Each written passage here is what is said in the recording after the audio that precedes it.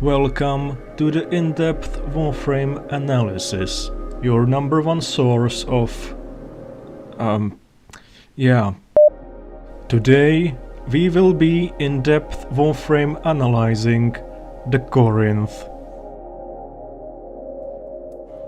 Corinth's name comes from an ancient Mediterranean trading hub famous for manufacturing shotguns. Warframe's Corinth continues this legacy. Like many other shotguns, it is controlled with a small penile-shaped lever protruding from the bottom of the weapon. When pulled, a lot of shit is suddenly ejected at a very high speed out of the frontal hole of the gun.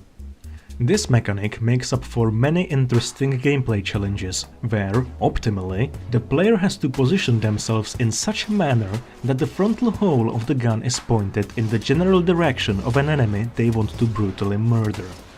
Provided the player can master this technique, Corinth is highly effective at brutally murdering things. Extensive research was conducted into how hard it hits, arriving at the conclusion that Corinth hits very hard. But that is not all. Corinth also comes with an alternate fire mode which launches fireworks. Some people claim it's actually grenades, but they are idiots. The fireworks even have a smart safeguard system to protect the user. This makes them not go off if they hit another person or any hard surface in general, activating only when mid-air at a safe distance. This alone is enough to dismiss all the silly grenade claims. What sort of a moron would intentionally design a grenade that doesn't explode if it hits a thing? A truly ridiculous notion. Understandably, all these great positives have to come at a cost, because Warframe is a carefully balanced game. The one shortcoming is Corinth's reloading system. Observe. Not only does the shotgun require a so-called pump after every shot, but every new shell also needs to be loaded in individually. This makes it the shotgun extraordinaire, an antiquated armament, a museum-worthy piece. The IQ 200 weapon, used only by the most sophisticated gentlemen and crazy people. Using Corinth is the equivalent of hanging a katana in your room to prove how cool and cultured you are. In the age of space travel, high-tech energy weapons, advanced equipment fabrication, and the perfection made corporeal that is pedestal prime, the Tenno decided to make a pump-action, single-shell loading shotgun. Despite having clearly figured out a sensible shotgun reloading mechanism before already. Even the technologically backwards Grineer figured out how to make a magazine-fed auto-shotgun. But not Corinth. Factoring in the time it takes to reload, Corinth's fire rate reaches only 0.683 per second. As with other weapons, this shortcoming can be mitigated by playing Warframe's integrated trading card game, but building a good deck is a complex topic that we will have to cover some other time. For now, if you pride yourself in outdated but usable weaponry and like fireworks, I suspect Corinth is a good choice for you. It's sort of okay. This has been your in-depth Warframe analysis. Take care, everyone.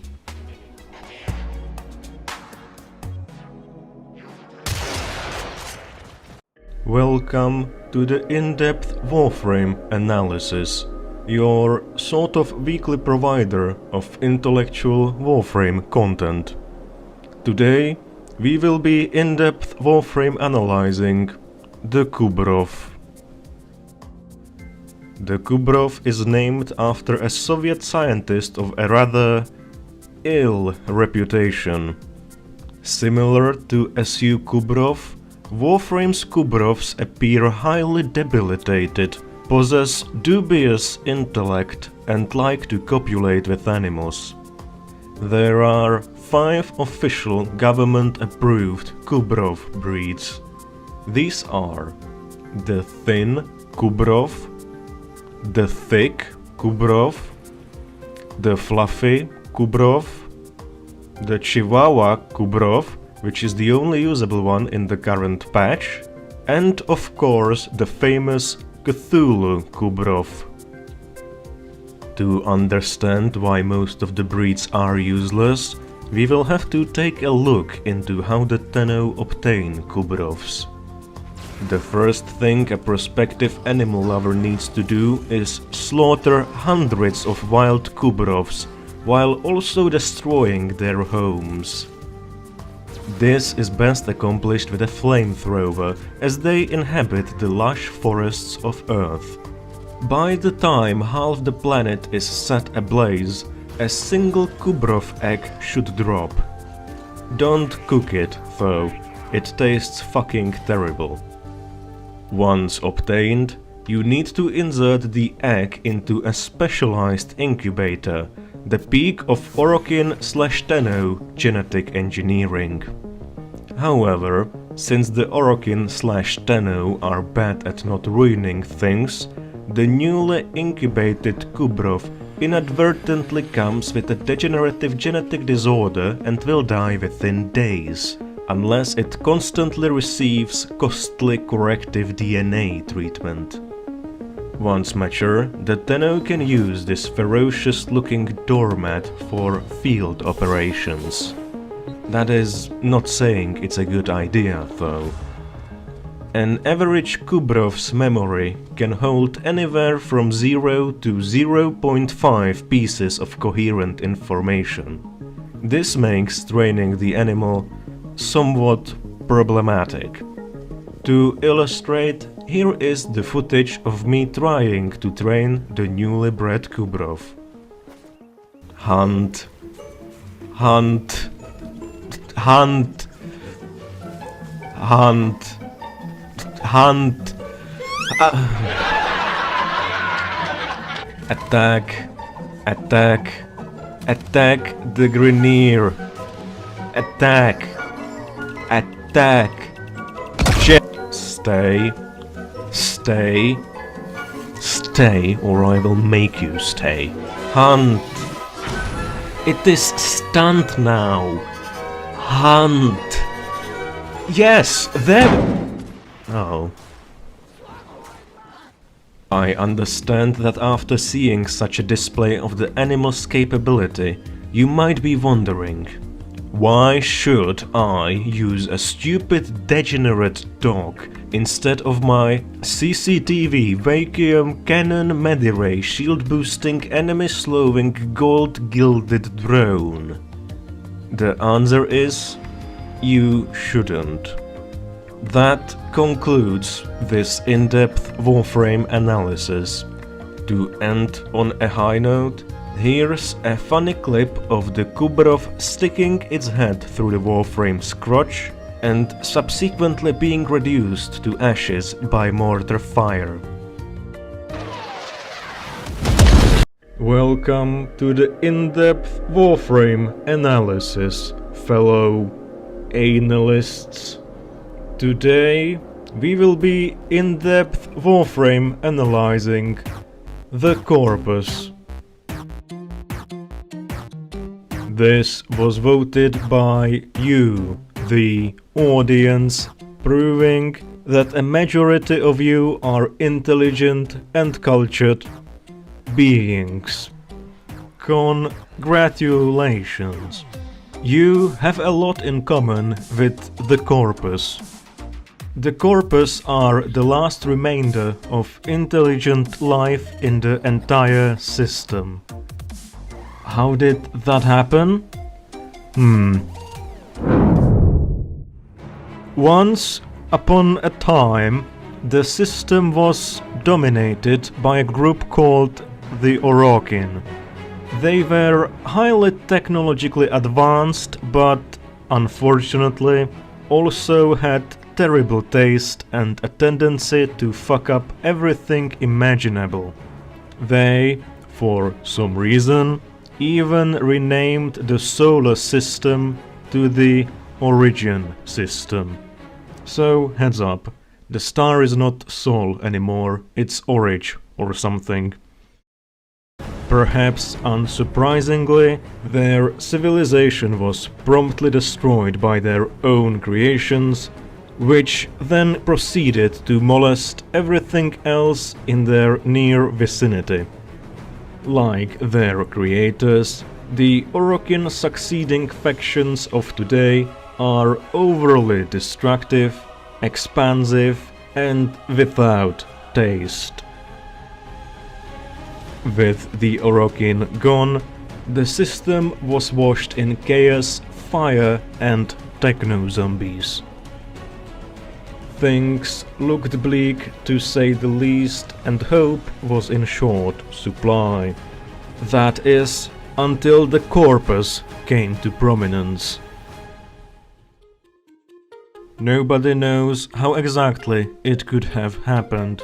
Not even digital extremes, by the looks of it. Corpus, a group of traders by nature, somehow secured a foothold in the colossally screwed-up system by presumably trading among each other because aside from some burning peasants, nobody else was around. They did this while maintaining enough profit to eventually become one, if not the largest, force in the Origin system, with high-tech energy weapons, massive fleets, robotics factories, orbital mining platforms, and more.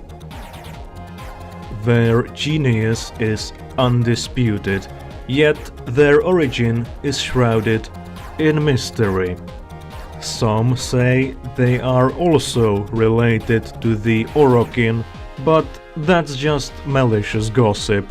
This cannot be true simply because the Corpus have a stunning taste and fashion sense, unlike the Orokin. To find out where they truly came from, we need to take a look at the word corpus, as it is commonly mispronounced. In reality, it is derived from Corp-US, which stands for Corporate United States. Weird? Keep in mind, the corpus are also often described as literally worshipping money. They are essentially American capitalism in space. Don't believe me? Look at the word Corp-US closely. More so. If you rearrange C, P, and S while also changing the other three letters to different ones, you get SpaceX. Coincidence? I don't think so. But hey, that is just an analysis. An in-depth Warframe analysis. Want something specific analyzed next? Post a comment. Until next time, may the Prophet be with you. So, I decided to voice the in-depth Warframe analysis in a rather strange manner. Welcome to the in-depth Warframe analysis. I presumed it was a good idea. Viewers seem to like content creators who make weird voices, and when even Google's advanced speech recognition identified the spoken language as Dutch, I thought it was pretty great. Other people, not so much. I originally assumed the narration being overly monotone and dragged out would not be a problem, because after all, that should be the natural habitat of Warframe players. But I suppose everyone needs some contrast in their life. So let's try something different. Forget the in-depth Warframe analysis for now. Let's see how you like this one. Behold, the Super Grindfest highlight! It was supposed to be superficial Grindfest highlight, but I think that has way too many syllables for the attention span I'm dealing with here. So, anyways, welcome! Today we will be looking at the Leto Vandal. This pistol is not very notable because of its gameplay performance, but it has been a cause of many heated discussions and arguments. Leto Vandal was originally given out to everyone who participated in Warframe's closed beta, which ran from late 2012 to early 2013. It seemed like an okay idea at the time, but as more and more new players who didn't have the weapon joined, the amount of whining increased proportionally. That was still nothing compared to the flood of angst and animosity from the beta players when this happened on DevStream 94. Whatever happened to bringing back the Leto and Bratton Vandal variants as discussed on polls, which said, whatever happened to them?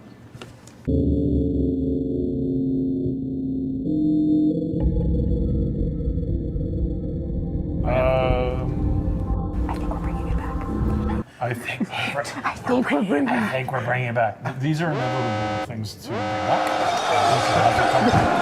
Surprisingly, At the time of recording, we still have yet to see in what form and under what conditions the two closed beta weapons will be reintroduced, but when they inevitably are, they probably won't be very popular.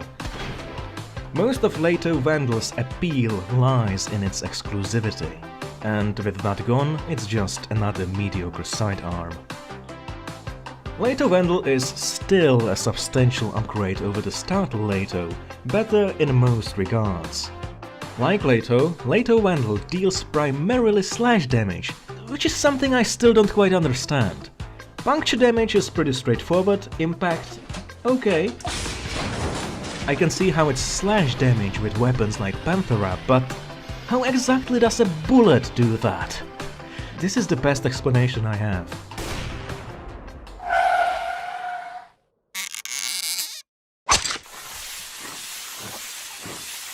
Anyhow, Leto Vandal is sort of okay, but don't expect it to be the one-hit kill everything gun you always wanted.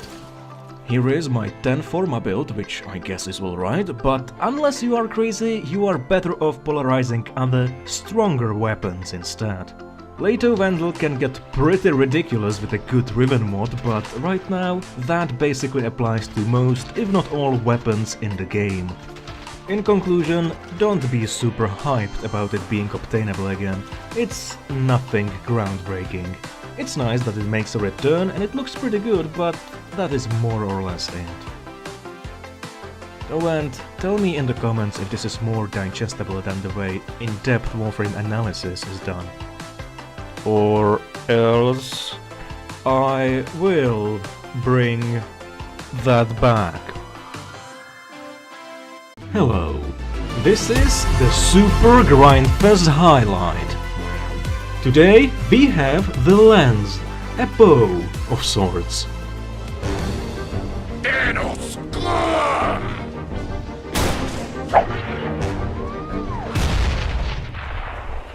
That's not lens, that's just a regular bow with Thunderbolt installed. This is lens.